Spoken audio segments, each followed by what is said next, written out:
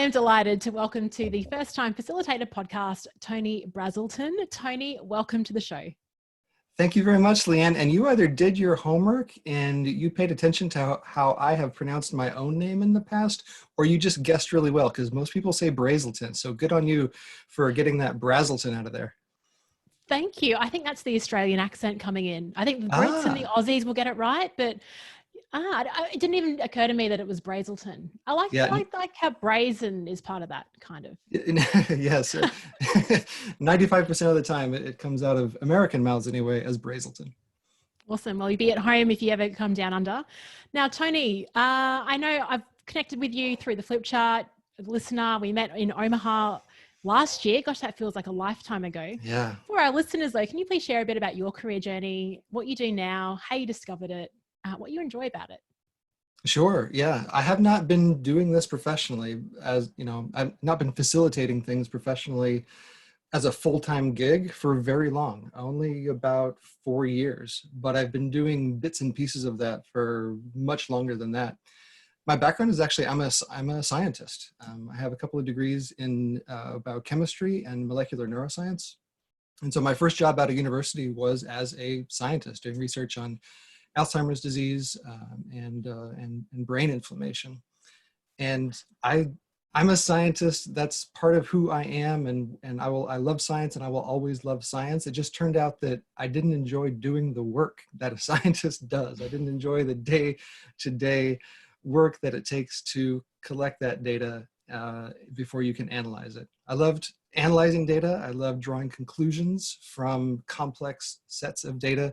But how you get there, how you do all those experiments and the manual labor of it, I just discovered was not for me. And I was finding that I was spending more and more of my free time volunteering for different things, both inside my company and outside of my company. And what those things had in common were usually some connection with people, some sort of organizing or designing of an event or an experience.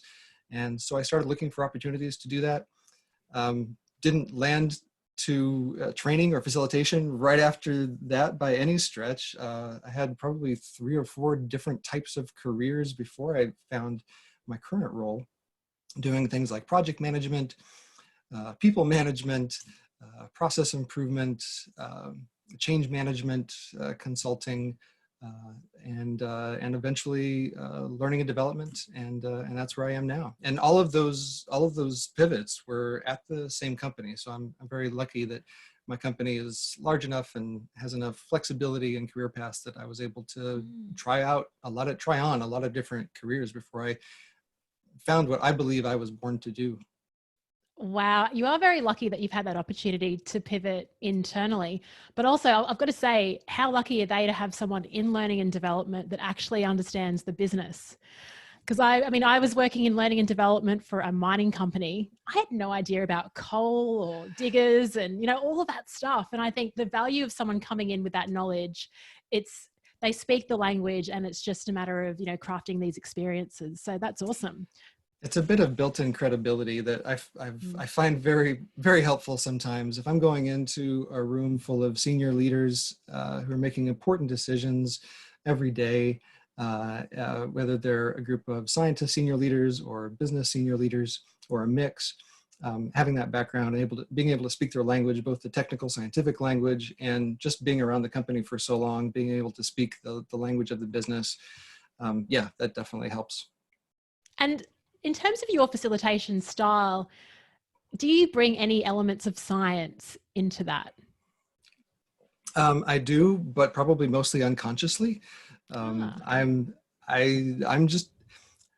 an analytical introvert science nerd to the core. That's who I am. And most people who only see me in a facilitation setting would be shocked to know that I'm pretty far on the introvert side of that introvert extrovert continuum. But I come alive when I'm in front of an audience, whether it's facilitating training or workshop session or performing in some way. But yeah, that analytical part of me, that starts from, that permeates every part of my process, from designing and developing new content to preparing for the event itself, to even in the moment, even facilitating, thinking about, let's say that we are in a workshop about, I don't know, personality types. There's a few different personality type workshops that I facilitate. There's a lot of research and data that goes into all of those different personality assessments, whether it's Clifton Strengths or Standout or Myers-Briggs or DISC or what have you.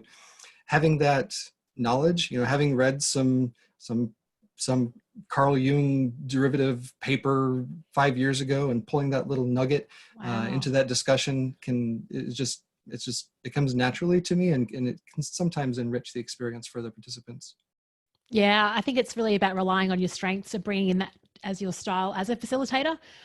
So on that, I think we need to co-facilitate, because I don't like the data or the research. Like I'll do it because I know people need it. But I think I need someone like you in the room that's like, okay, and then can quote all this research. It's definitely not one of my strengths. So it's great to hear that you've got that style. Now, can you please talk to the introverts that are listening to this? Because I often get people who are introverted that really want to do this as a career. They love being around people. They love learning, but they're really unsure about finding their feet and getting that confidence to be in front of people. What was your process for doing that? Did you have to sort of bust through some beliefs, or was it just time? What worked for you? Yeah, I think it's very much connected to the last comment you just made, Leanne, about facilitator styles. When I first started facilitating, I paid attention. I was already, even before I taught my first class or facilitated my first workshop, I was paying very close attention to the trainers that were training me. And I just realized my camera just has lost focus for some reason. So sorry about that. That's right. I can teach you. There's a tip to refocus it. Yeah. You just put your finger towards the camera. Okay. I've tried that before with this camera, and sometimes it works, sometimes it doesn't. What I normally do is I switch and of course that worked like there it is. Worked like a charm. There you are. Thank you, Hello Leanne. again. Yeah. Yeah, sometimes I'll switch the camera too, and that helps. Just switching it on and off. So yeah, everyone has to find their own facilitation style. And for me, I mean, some facilitators that I was just wowed by, I suspect they're more like you, Leanne. I don't know.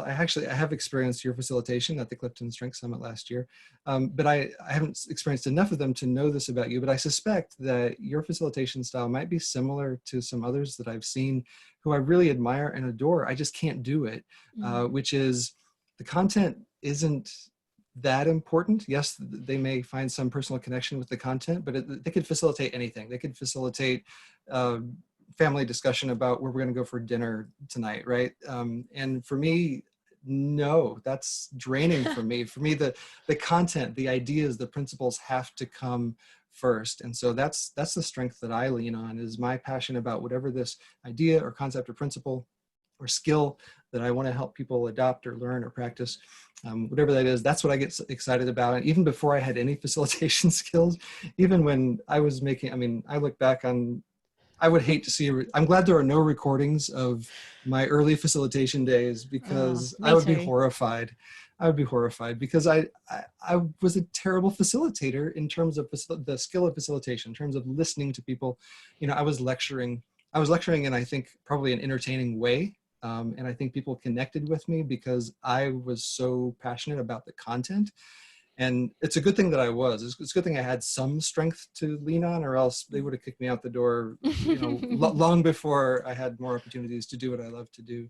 So I had to learn that skill of facilitation that did not come naturally to me. I had to learn how to pay attention, to just learn how to listen. Basically, everything that Julian Treasure has been preaching for so many years and has preached on your podcast twice are things that frankly didn't come as naturally. I'm a little bit ashamed to admit that those listening behaviors did not come naturally to me. I've had to practice them. But now now that I've learned that skill, it does come very naturally to me. And I get a little bit irritated now when I see someone not being listened to. It just gets under my skin, and I have to give that person a voice. That's really interesting how you notice it now, because you've built it. It's on your radar. And so I'm the same as you. When I see someone delivering something and they're not responding, or you look around the room and people are really disengaged because it's not relevant perhaps. Yeah, it kind of bugs me as well. I want to step in and do what Michael Bungay Stanier says, and just my advice monster wants to come out, but I've got to sort of Yes. put it away.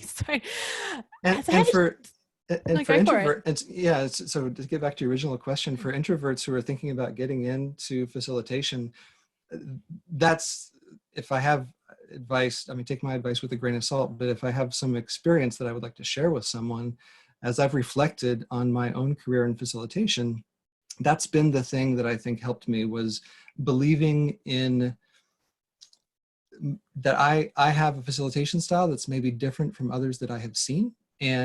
Um, and I've tried to mimic others, and it was not genuine and fell flat. And once I centered my facilitation style on my strengths, in this case, my passion around the content, specifically around soft skills types of things, personal development, career development, coaching, communication skills, conflict resolution, things like that. That's always my center, and everything grows from there. So that's the advice I would give anyone who's an introvert thinking, I don't know if I can get up in front of people all the time, but if they're asking that question, they must be drawn to it for some reason. So find out what that reason is, what's drawing you to it, double down on that. And that will be the foundation that you can build everything else on, and learn the skills that you need to learn to be successful. Yeah, finding your own center, not basing your center on what you see from other people. Yeah, that's something I had to learn as well. I was the same as you. I was mimicking all these amazing people, and it created a lot of stress, and it wasn't fun, and it didn't feel authentic to me. So I'm sure that was what the participants felt as well. Let's talk a bit more about centering and how, in the context of preparing for a workshop. So as we know, a lot of facilitators on this show talk about their preparation, the week before, even the day before, or the night prior, to get themselves, as Tony Robbins would say, in state. So how do you sort of get in state? How do you center yourself before workshops?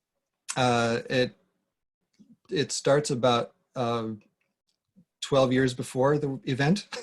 Yeah, I hear you. Right. And what I mean is I have to feel incredibly confident before I can be effective as a facilitator.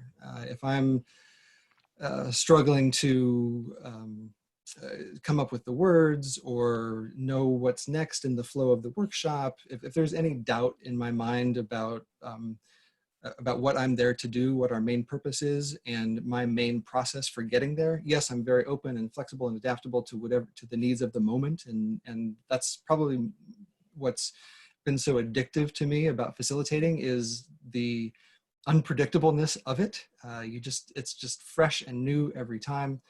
It's a connection to improv. I enjoy improv, and that's something that improv and facilitation are almost identical in, is that you just never know what gift someone could throw you in that moment, that you can now it's a gift, and you get to decide what you're going to do with it. So yeah, that preparation is key for me. If I don't feel prepared, I probably err towards over preparing. I know I prepare a lot more than most facilitators that I know, at least within my company.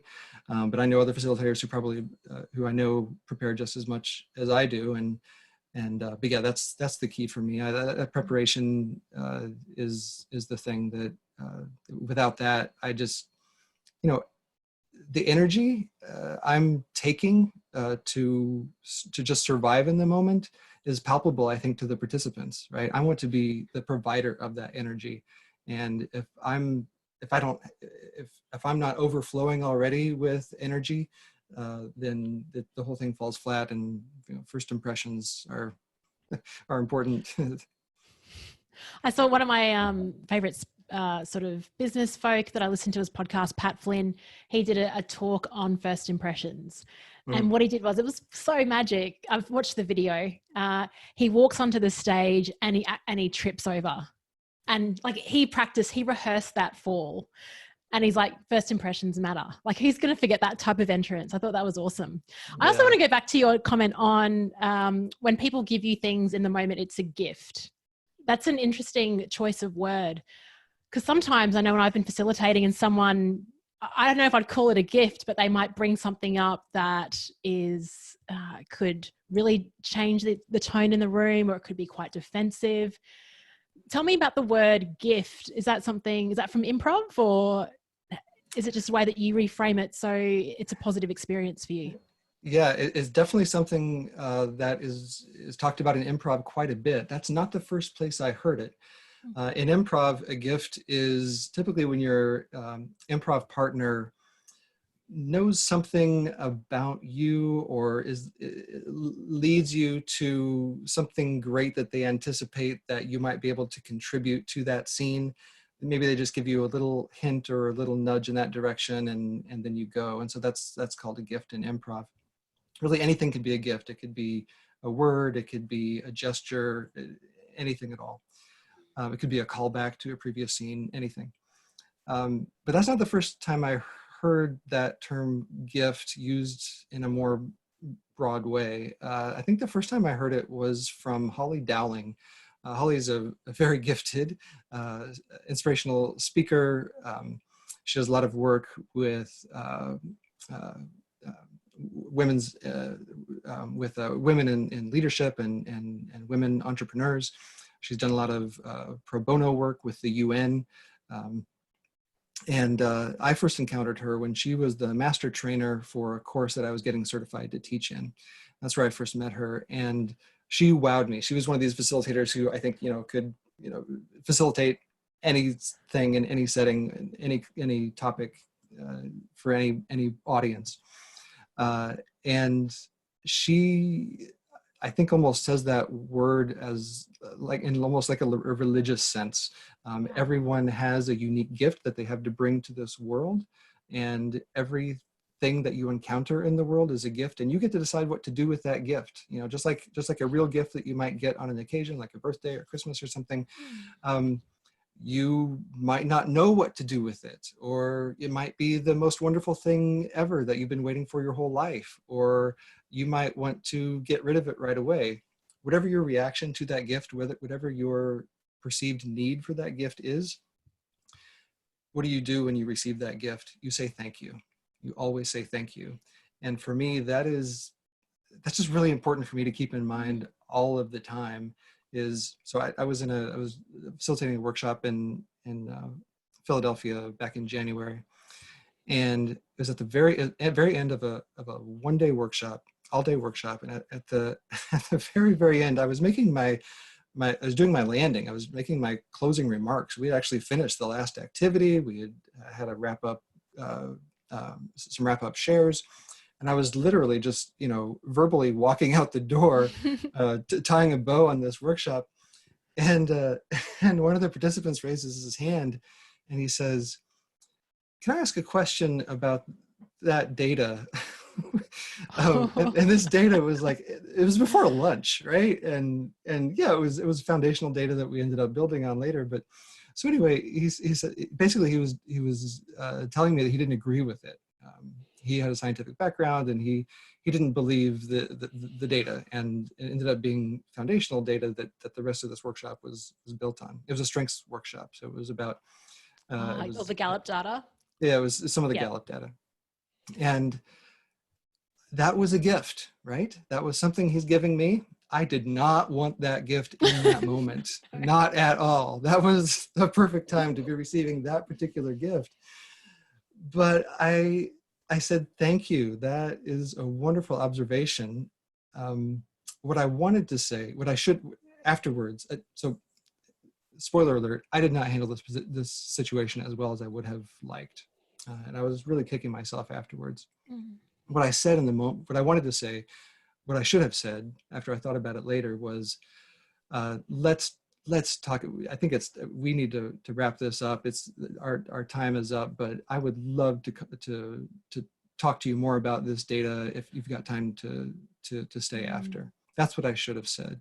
Continue to invite him in. What I said was, that would have been a great question to ask right before lunch. And I realized that was a horrible, insulting thing to say, because basically I just shoved that gift right back in his lap and said, I don't want your gift.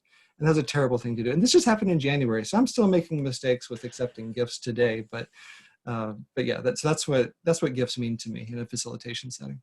Well, it's a And gift just, that you, and just in a life setting. I mean, this is a helpful construct for me in a lot of different situations and just life in general. I was just going to say, thank you. That was a gift that you shared with me and the listeners. Because I'm the same as you. I certainly have moments where, you know, something just comes out and you're walking home that night or reflecting on it and think, I could have said that. And I think that's it is a continuous improvement process. We need to keep reflecting and think, what would I have done in that situation?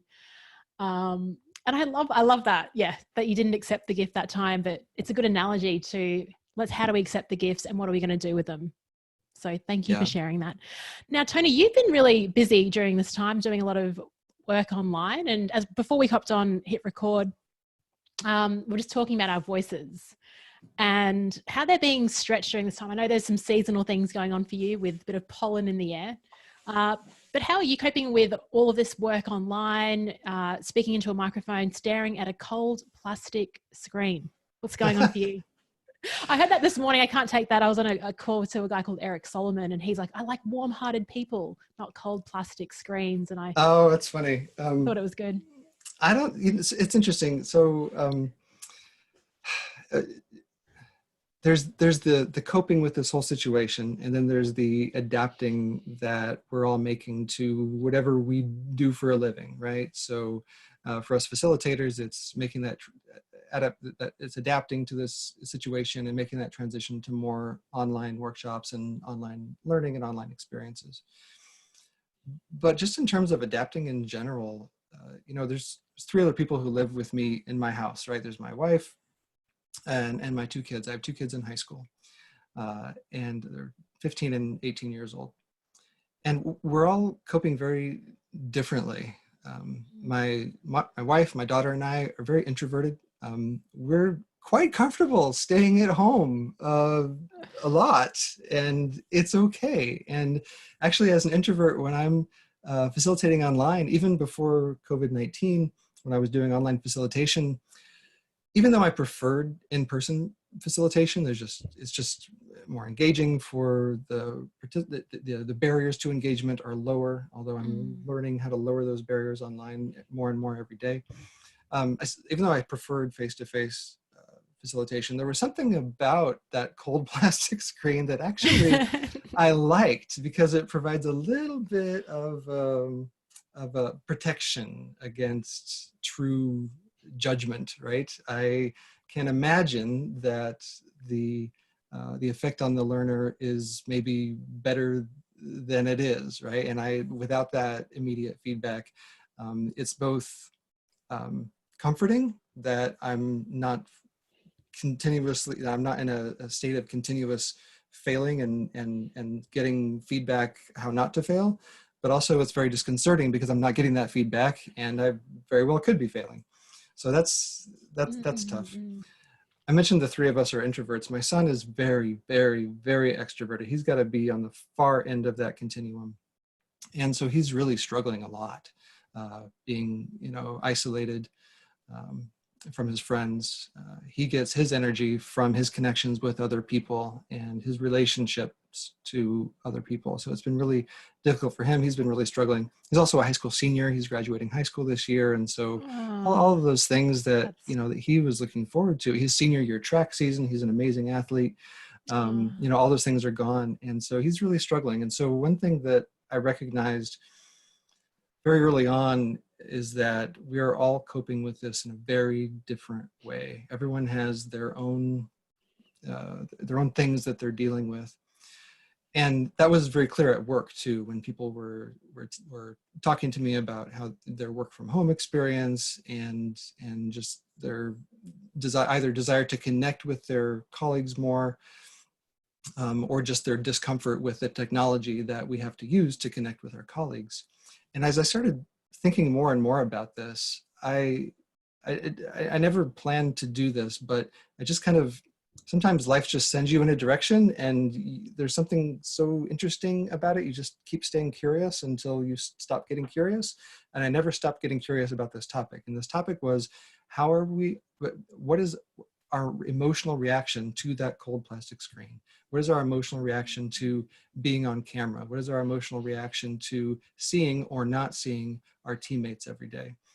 And I sent out a survey. I sent a survey to a few hundred people who had taken one of my workshops recently, and just asked them that question: what's on your mind about video calls? Just that question. And wow, the response was amazing. It was an anonymous survey, so people were safe to share whatever was on their mind. And boy, did they. I mean, they shared, I mean, I was in tears, some of the things. I'm actually choking up a little bit right now, just thinking about my experience of reading through all of these things that were just coming out of people in this anonymous survey. Everything from, I'm not comfortable sharing my my background. I don't want people to see my house. You know, I might be in a meeting with like a vice president of marketing for this product line, and he's got a beautiful chandelier in the background, and I've got a messy kitchen because this is the only space in my house where I can work.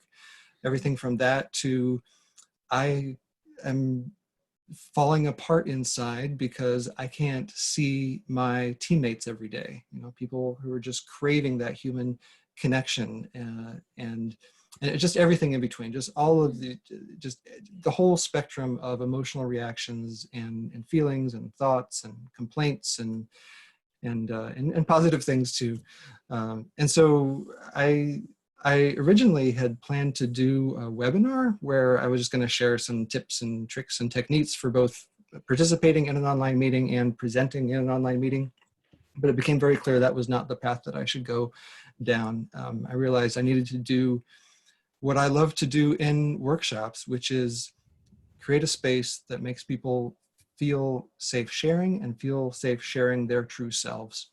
And so I just highlighted a bunch of I think I took probably 20 or so of these 200 survey responses, and I didn't have to say much. I just put those on the screen and highlighted them so that we could kind of share, have that experience to share, and we could see each other. You know, we could see, you know, for every person who, you know, doesn't like being on camera and feels like they're being almost intimidated to turn on that camera when they don't want to, there's someone who is really suffering because that's the only way of, that's the only method of human connection they have. So so I just wanted to create a space where we're seeing each other and seeing what everyone is dealing with. And so I created a video that had those things in it, and it kind of went crazy. Oh, congrats. Yeah, so it was very popular. It went viral as much as a video can go viral within our own sort of YouTube type ecosystem, the video sharing platform where I work, and so I invited people to join a Microsoft Teams playground. So the primary video call and video conferencing platform we use where I work is Microsoft Teams. Zoom is starting to happen more and more, but Microsoft Teams is the default platform. And so I called it Tony's Microsoft Teams Playground, and twice a day, every day, we'll be doing this for a week now, and I'm going to keep doing it at least until the first week of June. 8:15 in the morning and 4:15 in the afternoon. Just jump on a call with me for 45 minutes, and if there's a question you want to ask it. If there is a topic you want to bring it up. If there's something you want to try or experiment with, let's do that. And I've limited each session to 15 people per session so that everyone has a chance to get out of this session what they want. And it's been so great. I've learned just as much from the people who've joined these sessions as they have learned from me, if not more. And every session is like another opportunity where people have a chance to see each other, how they're dealing with this difficult situation, and learn from each other. And it's just been, I get to start my day and end my day with online facilitation. So it's been a fantastic Oh my experience. gosh, that is the coolest thing. And sort of leans back into what you were saying at the beginning of this conversation, the importance of listening, because your original plan was I'll just do a webinar and we'll talk about the hacks of, you know, making videos look great. Then you put out this survey and dug deeper into what people actually were feeling and what they wanted. And now you've developed this. So how perfect. That's just, I mean, you're just building on that listening skill. as you continue on. So congratulations. I think that's an awesome idea for, I think with the audience, we've got 50% of people that run their own businesses and 50% that work internally. What an awesome idea for anyone to start engaging with people. We do want to feel connected. And even before, for this conversation, I was like, okay, just making sure that video is okay. I assumed it would be because you created that video, but it's always good to check because I don't know what someone's emotional response is to that. Yeah. Oh, and I would be totally remiss if I left this out. I'm kicking myself for not saying this sooner and being quicker to this. I was inspired by you, Leanne. Your Go Live Before You Go Live sessions. I wasn't able to attend any of those, but I heard about them. The concept behind them. I'm sure that was. I know for a fact that was definitely an inspiration to me when I was thinking about how to address this need within my company, and that those Tony's Microsoft Teams Playground sessions were very much inspired by your Go Live Before You Go Live session. So thank you for that gift to our facilitator community. You're very welcome. You just gave it a cooler name. I think Playground's way more exciting than Go Live Before You Go Live. But it's true, because I was thinking there's all these webinars on how to do it. It's like, why isn't anyone just getting people to play? Like, that's how we learn. It's why we do experiences and all that stuff in workshops. So, and like you said, not only do they benefit, I certainly benefited from it because I'm learning all their cool tricks with, switching things around. So thanks for that. And I'm so glad you're paying it forward, and hopefully other listeners will continue to do so as well. One thing I wanted to point out, you mentioned in face-to-face workshop, there's a low barrier of engagement because everyone's all there. Then you also quickly said that I'm working out ways to reduce the barrier of engagement online. What are some ways that you're able to do that? Yeah, so facilitating online is not new to me, but I'm doing a lot more of it these days. So for a few years now, I've been taking workshops that started out as face-to-face workshops and translating them into a virtual learning environment. And this is just because of demand, right? So there are a lot for a few different reasons. Sometimes we might have a team at our affiliate in India, and they don't have the budget to bring me there to facilitate a workshop. And so there was that demand. There's also, I work in a large global corporation. Many of our teams are global in nature. They span many, many time zones and continents. So it's not feasible to bring everyone together into one place for a workshop. So there was another demand for more online learning and online workshops. So I had some experience translating some of these face-to-face workshops into a virtual learning experience. But for whatever reason, I can't, today, it seems kind of silly, but for whatever reason, I never incorporated video. I mean, most of these were done over Skype, which has a video capability. I could have turned on my camera if I wanted. Other people could have turned on their camera if they wanted, but we never did. It just wasn't part of the culture. Today, that seems ridiculous. Why wouldn't we? Certainly, why wouldn't the facilitator turn on his camera? Okay. But that's the difference between this world that we live in now and the world that we lived in 2 months ago or 3 months ago. And so, some of those barriers to engagement were palpable right away. First of all, I'm not a natural facilitator, right? So I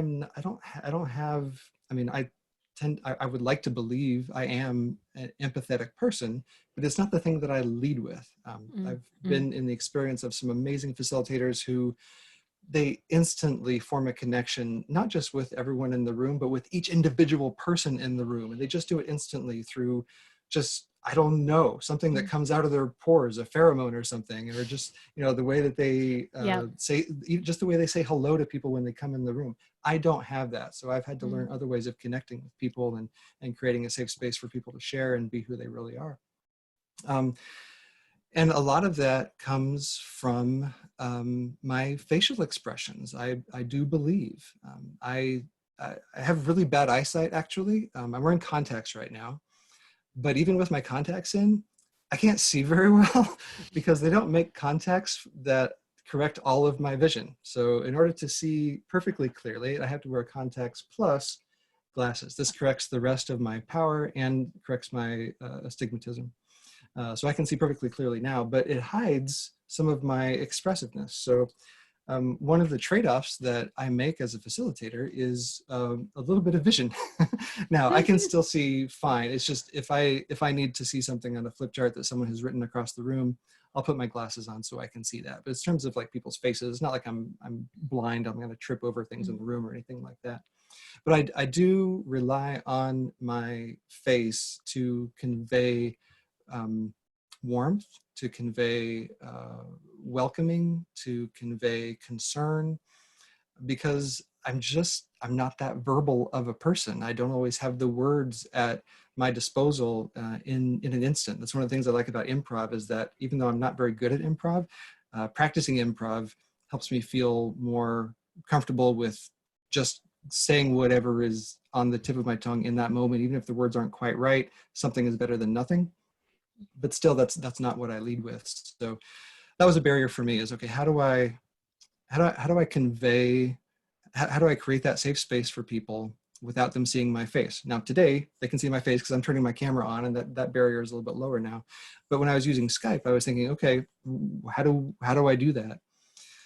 And one thing I started doing was what I now know is called a ragged start. That's something I learned from the First Time Facilitator podcast. I think this was a early episode. Do you remember who shared the idea of the ragged start? Catherine Lloyd and Andrew Catherine Wixon. Lloyd. I went to one of their workshops and they did it. I was like, this is the best idea ever, because people are just trickling in, but we've got stuff to do. Yeah, so their gift to me, so Catherine and Andrew, did I get that right, Catherine and Andrew? Yep.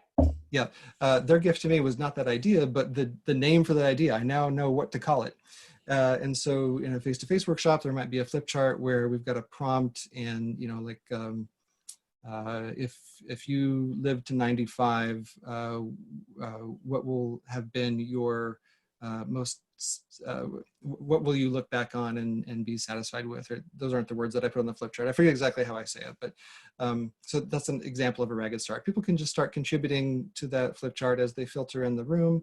And then small talk is a lot easier, because I can look at what they've written on the flip chart and talk to them about that. Because as an introvert, small talk is really not my thing. There's got to be some substance to this conversation for me to feel authentic and engaged in the conversation. So talking about the weather or the commute or what they brought for lunch, I'm not going to come across as authentically interested in that. I'm terrible at small talk as an introvert. But this ragged start gives me something substantial to engage in some small talk with them about before we even start. And then I can start building rapport before, the bell rings, so to speak.